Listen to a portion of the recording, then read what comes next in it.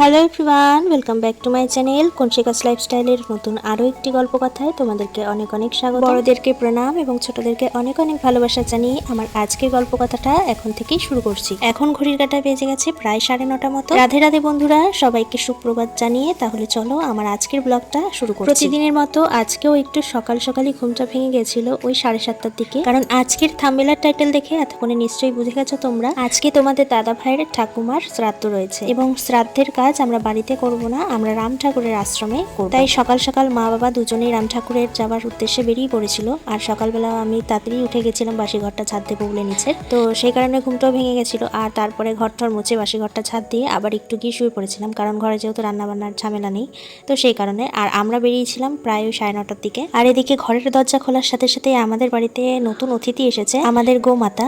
আর আমাদের গোমাতা কিন্তু প্রায় সময় এসেই থাকে, তবে আজকে একদম সকাল সকাল চলে এসেছে। আর তোমাদের দাদাভাই একটা আলু খেতে দিল, খাওয়া মাত্রই কিন্তু চলে গেল। হ্যালো এভরিওয়ান, এখন বাজে ওই 9টা বাজতে 9টা 9:30, তো রেডি হয়ে গেছি। এটা আজকের ফুল লুক। আজকে থাম্বনেলের টাইটেল দেখে নিশ্চয়ই বুঝে গেছো কি ব্লগ নিয়ে এসেছি। তো চলো সবাই বেরোচ্ছি, কোথায় যাব সবটা দেখতে থাকো। আর এই যে ভাই ওই দিকে আছে, তো চলো তোমাদের দাদাভাই বেরোচ্ছে, চলো। আজকে ভাবছিলাম যেহেতু রাম ঠাকুরের আশ্রমে যাব তাই একটু শাড়ি পরবো, কিন্তু শাশুড়ি মা বললো যে শাড়ি পরার দরকার নেই, কারণ বাইকে যেহেতু যাবে শাড়ি সামলাতে পারবে না। সেই কারণে মা বললো যে হচ্ছে কি চুড়িদারই পরে নাও। তাই একটা সুন্দর দেখে চুড়িদার পরে নিয়েছি। আর তোমাদের দাদা ভাইও একটা গোল গলা গেঞ্জি পরে নিয়েছে। তারপর ভাইকে জিজ্ঞাসা করছিলাম যে তুই কি খাবি, আর আমরাও যেহেতু সকালে না খাওয়া ছিলাম, খালি পেট ঘরে হয়েছে, বললাম কিছুই করিনি সেদিন। তো ভাই বলল যে উল্টো পাল্টা কিছু খাবো না দিদি, এক গ্লাস একটু আখের রস খাওয়া। তো আমাদের পাড়াতেই এই কাকু হচ্ছে কি আখের রস, খুব সুন্দর আখগুলো, এত মিষ্টি হয়। তো এক গ্লাস করে তিনজনই খেয়ে নিলাম। তারপর ভাইকে বললাম তুই একটা ডিম সিদ্ধ খেয়ে নে, কারণ আমরা তো যেহেতু নিরামিষ তাই আমরা তো ডিম খেতে পারবো না। তখন ভাই বললো যে না, তোরা যখন খেতে পারবি না তখন আমিও খাবো না। আর আজকে ভাই চলে যাবে, তার কারণ হচ্ছে কি ভাইয়ের একটা বন্ধুর বিয়ে রয়েছে। ভাইয়ের মনে ছিল না যে আজকের ডেটেই তার বন্ধুর বিয়ে, তাই রাম ঠাকুরের আশ্রমে ভাই যেতে পারবে না। আর পীযূষ এসেছিল নিতে, তাই পীযূষের সঙ্গে ভাই চলে গেছে। আর পীযূষকে হয়তো তোমরা অনেকেই কম বেশি চেনো, পীযূষ হচ্ছে কি আমার একটা দিদার ছেলে হয়। আমরা এখন নিউ গড়িয়া মেট্রো স্টেশনের রাস্তা থেকেই যাচ্ছি। আর নিউ গড়িয়া মেট্রো স্টেশনটা যে কবে চালু হবে, অনেক মানুষের যাতায়াতের অনেক অসুবিধা হচ্ছে। আজকে একদিকে আমাদের ঠাকুমার কাজও হবে, আর অন্যদিকে তোমাদের রাম ঠাকুরের আশ্রমের সম্পর্কে কিছু তথ্য জানিয়ে দেব, যাতে তোমাদের কোনো রকম কোনো অসুবিধা না হয়। এই রাম ঠাকুরের আশ্রম নামক জায়গাটি হলো একদম যাদবপুরের কাছে। অনেক রকম ভাবেই ওই জায়গাতে খুব সহজেই যাওয়া যায়। এই রাম ঠাকুরের আশ্রম আরো একটি নামে পরিচিত, এটি হলো কলকাতার হাতিবাড়ি। এবার বলি এই কৈবল্য ধামে তোমরা আসবে কি? এই জায়গাটি হলো যাদবপুর, তাই ট্রেনে করে আসলে আপনাদের নামতে হবে যাদবপুর স্টেশনে। তারপর 1 নম্বর প্ল্যাটফর্ম থেকে বেরিয়ে রিক্সা করে 30 টাকা ভাড়ার বিনিময়ে 10 মিনিটেই চলে আসতে পারো এখানে। মন্দিরের উল্টো দিকেই রয়েছে বিশাল বড় একটি পার্কিং এরিয়া। এটি কৈবল্য ধামের একদম নিজস্ব পার্কিং এরিয়া, তাই এখানে গাড়ি রাখতে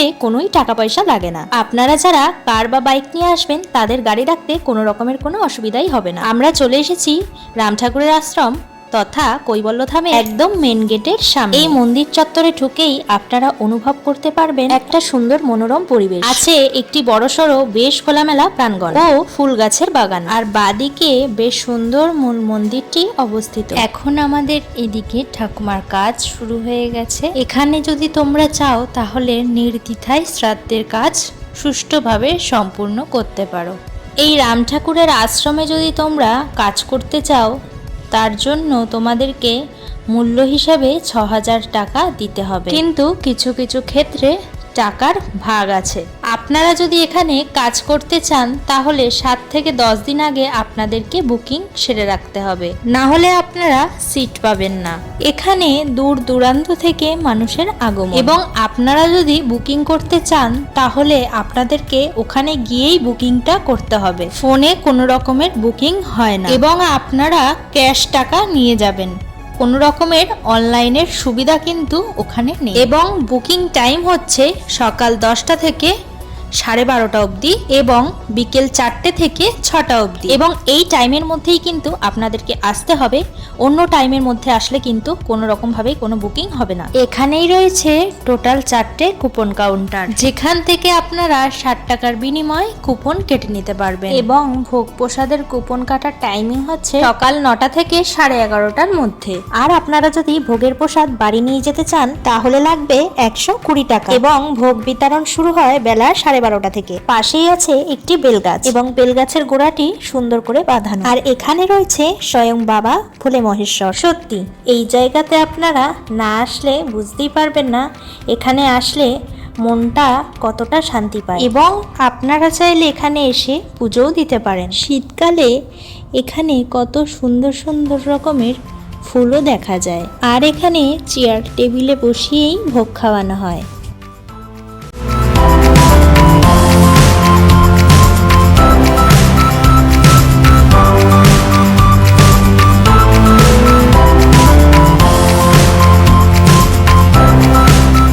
অক্ষয় তৃতীয়ার দিন রাম ঠাকুরের আশ্রমে রাম ঠাকুরের ত্রিরোধন দিবস। প্রতি বছর অক্ষয় তৃতীয়ার দিন বিনামূল্যে সবাইকে ভোগ খাওয়ানো হয়, আর সেদিন কাউকেই কুপন কাটতে হয় না।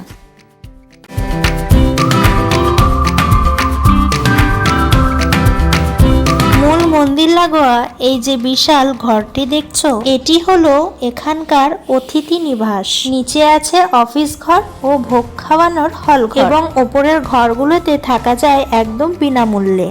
তবে কলকাতাবাসীদের এখানে রুম দেওয়া হয় না। অনেক দূর দূর থেকে যারা আসবেন, যেমন আসাম, ত্রিপুরা বা নর্থের দিক থেকে, তাদেরকে এখানে থাকতে দেওয়া হয় বিনামূল্যে। তবে তার জন্য কোনো রাম ঠাকুরের আশ্রম থেকে লিখিত দরখাস্ত নিয়ে এখানে এসে দেখাতে হবে। আর কন্ট্যাক্ট নাম্বারটা তো দিয়েই রাখলাম ওনাদের সাথে কন্ট্যাক্ট করে নেওয়ার জন্য। বলা হয়নি এখান থেকে শ্রী শ্রী রাম ঠাকুরের দীক্ষাও নেওয়া যায়। চলুন তো একটু মূল মন্দিরের ভিতরে প্রবেশ করা যাক। এটি হলো নাগ মন্দির, এবং নাগ মন্দিরের ভিতরটা খুব সুন্দরভাবে পয় পরিষ্কার। এখানে খুব সুন্দর একটি তুলসী মঞ্চ করা আছে রেলিং দিয়ে ঘেরা। এটি একটি কাঠচাপা গাছ, যেটি বিশাল বড়, এবং এই কাঠচাপা গাছে বিশাল পরিমাণে ফুল হয়। কিন্তু এখন যেহেতু পাতাগুলো ঝরে গেছে তাই অতটা বোঝা যাচ্ছে না। দেখো, দেখতে দেখতে ঘড়ির কাঁটায় সময়ও হয়ে এসেছে, এবং আস্তে আস্তে কিন্তু ভিড়ও বেড়ে চলেছে। আর অনেক মানুষের লাইন কিন্তু জমাট বেঁধে একসাথে দাঁড়িয়ে আছে। ঠাকুমার শ্রাদ্ধের কাজ আমরা খুব সুষ্ঠুভাবেই সম্পূর্ণ করে নিয়েছিলাম, এবং এখন আমরাও ভোগের জন্য লাইনে দাঁড়িয়ে আছি। আজকে মায়ের আউটফিট এই যে, আজকে মা, এই যে বড় আমি, এই যে ছোট আমি, ওই যে আমাদের হীরা আলম, এই যে হীরা আলম, হাই কটা হীরা আলম, এই যে ছোট মামা চলে এসছে। এই মন্দিরের এটি আরো একটি লাইন যেখানে মূল মন্দিরের মেন ভোগ প্রসাদ দেওয়া হয়। আর মেন ভোগের টাইমিং কিন্তু একই রকম, বেলা 12:30 থেকে। তোমাদের কুপন কিন্তু তোমাদের সাথেই রাখবে। আর কুপনগুলো হাতে নিয়ে লাইন করে চলে এলাম ভোগ খাওয়ার ঘরে। আর ঢুকেই দেখলাম এখানে খুব সুন্দরভাবে বসার জন্য চেয়ার টেবিলের ব্যবস্থাও করা রয়েছে। এরকম দুখানা হল রুমে কয়েকশো মানুষ বসে ভোগ খেতে পারে। এদিকে আমার বড় মামি শাশুড়ি একটু পুজো দিয়েছিল, তাই ঠাকুরের প্রসাদ একটু খেতে দিল। প্রথমেই সবাইকে দিয়ে দিচ্ছিল থালা।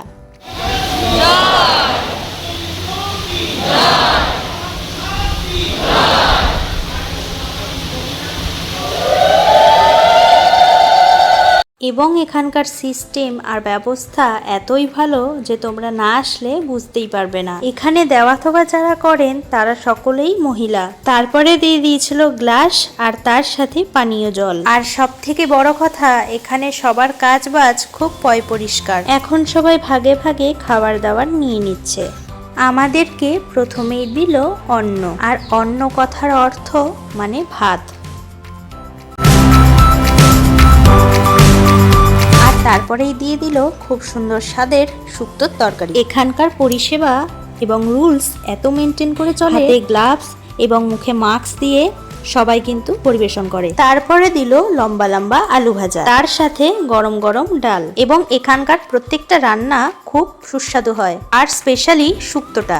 তারপরেই দিয়ে দিল পনিরের তরকারি। আমি মনে করি যে যেখানে স্বয়ং ঈশ্বর বসবাস করে এখানকার ভোগ প্রসাদ দারুণ সুস্বাদু হয়। আর তারপরে দিয়ে দিল চাটনি আর পায়েস। যেই থালাতে এতক্ষণ ধরে আমরা প্রসাদ গ্রহণ করলাম সেই থালা কিন্তু তুলে নেওয়া বারণ। মন্দির চত্বরেই আছে এরকম হাত ধোয়ার অনেক জলের কল, ও তার পাশেই আছে পানীয় জলের ব্যবস্থা। পানীয় জলের পাশেই এই রুমটি হলো জুতো রাখার কাউন্টার। জানি না এটা আমার দেখানো ঠিক হবে কিনা, কিন্তু তবুও আপনাদের সুবিধার জন্য এটাও আমি আপনাদের সাথে শেয়ার করছি। রাম ঠাকুরের আশ্রমে কিন্তু আপনাদের সুবিধার জন্য এখানে খুব সুন্দরভাবে পয় পরিষ্কার করে বাথরুমও করা রয়েছে, আর ছেলে মেয়ে দুজনেরই জন্য। যাই হোক, আমাদের ঠাকুমার কাজ এবং আপনাদেরকে সবটা ঘুরিয়ে দেখানো আমার সুষ্ঠুভাবেই সম্পূর্ণ হয়েছে। এরপর আমরা সবাই বাড়ির দিকে রওনা দেব।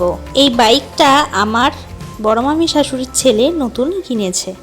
খাওয়া দাওয়া হয়ে গেছে, আমরা এখন আমার বড় মামা শ্বশুরের ছেলে মানে আমার দেওরের জন্য অপেক্ষা করছি। ও এখন পরের ব্যাচে খেতে গেছে, ও লেট করে এসেছিল এখানে, তো খেতে গেছে। ও খাওয়া দাওয়া করে আসুক, তারপর আমি আর তোমাদের দাদাভাই যাব, আর মা ওরা সবাই চলে গেছে, অটো করে বেরিয়ে পড়েছে মামিরা সবাই মিলে। দেখতে দেখতে তো গরম পড়েই গেল, আর খুব ঠান্ডা ঠান্ডা খেতে ইচ্ছা করছিল। আর আমার দেওর মানে আমার বড় মামির শাশুড়ির ছেলে যেহেতু নতুন বাইক কিনেছে, আর কিছুদিন আগেই ওর জন্মদিন গেছে, তাই ভাইকে ইয়ার্কি করে বলছিলাম কি, ভাই গরম তো পড়েই গেল, একটু ঠান্ডা খেতে ইচ্ছা করছে। তাই দেওর বললো একটা স্পেশাল লস্যি আছে, চলো সেটাই তোমাকে ট্রাই করাই। আর লস্যিটা সত্যি খুব সুন্দর খেতে ছিল। শুভ সন্ধ্যা বন্ধুরা, এখন বেলা গড়িয়ে বিকেল বাজে ওই 4:30 মতো। সারাদিন যেহেতু অনেক পরিশ্রম গেছে, তাই একটু ঘুমিয়ে পড়েছিলাম, এবং চোখ খোলার সাথে সাথেই মা বলল, আমি সব কিছু তোকে এনে দিচ্ছি, তুই একটু জোগাড় করে দে। কিসের জোগাড় একটু পরেই দেখতে পারবে এবং বুঝতে পারবে। আজকে যে বললাম ঠাকুমার শ্রাদ্ধ হয়েছে, তাই ভাবলাম যে বাড়িতে একটু কীর্তন দেওয়া যাক, তাই ছোট্ট করে বাড়িতে একটা কীর্তন দেবো ভাবছি। তাই মা বলল যে ওরা রওনা দিয়ে দিয়েছে, তুই সব কিছু সরঞ্জাম আস্তে ধীরে রেডি কর। সবার প্রথমেই ঠাকুমাকে যেখানে বসাবো সেই জায়গাটাকে সুন্দরভাবে একটু গুছিয়ে নিলাম, এবং তারপর আমাদের ঠাকুমা এবং আমাদের রাধাকৃষ্ণকে একটু সুন্দরভাবে সাজিয়ে নিলাম। আর তারপর চলে গেছিলাম একটু ছাদে, আর ছাদ থেকে নামিয়ে নিয়ে আসলাম একটা তুলসীর বেদি, যেটাকে এখন লাল কাপড় দিয়ে সুন্দরভাবে জড়িয়ে একটু সাজিয়ে দেব। আর তারপর আমার তো সমস্ত গোছানো গাছানো হয়ে গেছে, এখন নিজেও একটু গুছিয়ে নিচ্ছি নিজেকে। একটু শাড়ি পরে নিয়েছিলাম, লাল পাড়ের সাদা শাড়ি, আর এই শাড়িটা জানো তো আমার ঠাম্মি আমাকে দিয়েছিল। যাই হোক, এটা পুজো আশ্রার কাজেই লাগে, তো বেশি কিছুই করিনি, শুধু শাড়িটাই পরেছি আর একটা কপালে টিপ দিয়েছি। তারপর মা বাজার থেকে ফল এনে দিয়েছিল, তো সেইগুলোই এখন কাটবো। তবে তার আগে মা ঠাকুরের জন্য কয়েকটা মালা নিয়ে এসেছিল, আগে সেই মালাগুলো রাধাকৃষ্ণের গলায় পরিয়ে দেব। এইসব ব্যাপারে টুকটাক নিয়ম কানুনগুলো আমি মোটামুটি জানি। তার কারণ হচ্ছে কি, আমার যখন ঠাকুরদাদা মারা গেছিলো তখন আমি ছোট ছিলাম ঠিকই, কিন্তু আমার সব মনে আছে। আর আমার ঠাম্মিও যেহেতু কীর্তন করে, তাই আমার ঠাম্মির সাথে ছোটবেলায় হাত ধরে কীর্তনে যেতাম, আর তখন থেকেই আমার টুকটাক মোটামুটি এইসব ব্যাপারে ভালোই আইডিয়া চলে এসেছে, তাই আর কোনো রকমের কোনো সমস্যা হয় না। যাই হোক, বাজার থেকে মা অনেক রকমেরই ফল এনেছিল, তবে আমি আঙ্গুর ফলটা একটু ধুয়ে নেব। আর তার সাথে তরমুজ এনেছিল, তারপরে শাক আলু এনেছিল, শসা এনেছিল, কলা এনেছিল, আর অনেক রকমের মানে 2 রকমের মিষ্টি এনেছিল। আর এই সমস্ত ফলগুলোকে এখন আমি ধুয়ে নেব। সব ফল দেব না, তার কারণ হচ্ছে কি, লোক যেহেতু অল্প, তাই গোটা ফল থাকলে অনেক দিন থাকবে, কাটা ফল নষ্ট হয়ে যায়, তাই বেশি করে কাটবো না। যতটুক ঠাকুরকে দেওয়া ততটুক দেবো, বাদ বাকি সব গোটাই রেখে দেবো। এদিকে তোমাদের দাদাভাইও চলে এসেছে একটু কাজে হেল্প করার জন্য। তোমাদের দাদাভাই টানা বেশ কয়েকদিনের জন্য ছুটি নিয়েছিল, তার কারণ স্যারকে বলেই ছিল যে আমার ঠাকুমা মারা গেছে, তো সেই কারণে স্যারও ছুটি দিয়ে দিয়েছিল। তো আজকেও বাড়ি আছে তোমাদের দাদাভাই। আরও বাড়ি থাকায় না আমার কাজের একটু অনেকটাই হেল্প হয়েছে। আর মা বলছিল যে ওই ফলগুলো পরে কাটবি, আগে তরমুজটা কাট, দেখি তরমুজটা লাল কিনা। কিন্তু তরমুজটা কাটার পর দেখলাম ভালোই লাল, তোমার দাদাভাই নিয়ে এসেছিল তরমুজটা। কিন্তু একটা সমস্যা ছিল, সেটা হচ্ছে এই তরমুজের চামড়াটা ওটা খুব পরিমাণে মোটা ছিল, কিন্তু তরমুজটা কিন্তু চিনির মতো মিষ্টি ছিল যখন আমরা খেয়েছিলাম। আর মোটামুটি এদিকে তো আমার সব গোছানো হয়ে গেছে, ঠাকুমাকেও একটু ফল আর মিষ্টি দিয়ে সাজিয়ে দিয়েছি। আর এদিকে ওরাও চলে এসেছে, এখন কীর্তন করাও শুরু হয়ে গেছে। প্রায় ওরা এসেছিল 9 জন মতো, পরে আরও একজন এসছে। তো যাই হোক, এখন কীর্তন আনন্দ তো হচ্ছে। আমাদের ঠাকুমার জন্য অনেক অনেক শুভকামনা রইল। তিনি যেখানেই থাকুক না কেন যেন ভালো থাকে, সুস্থ থাকে এবং তার আত্মার যেন শান্তি পায়। সত্যি কথা বলতে আমরা ঠাকুমাকে খুব মিস করছি আর ঠাকুমাকে খুব মিস করব। আর ঠাকুমার কিন্তু আমাকে দেখার খুব ইচ্ছা ছিল, কিন্তু দুর্ভাগ্যবশত আমাকে দেখতে পারিনি। যাই হোক, আমিও ঠাকুমাকে সামনে থেকে কোনো সময় দেখি, তাতে কি হয়েছে, আমি তো ঠাকুমাকে দেখতে পারিনি। কিন্তু এই যে কোণে দেখো বসে আছে একটা ঠাকুমা, ওনাকে দেখার পর মনে হচ্ছে যেন আমি স্বয়ং ঠাকুমাকেই দেখছি।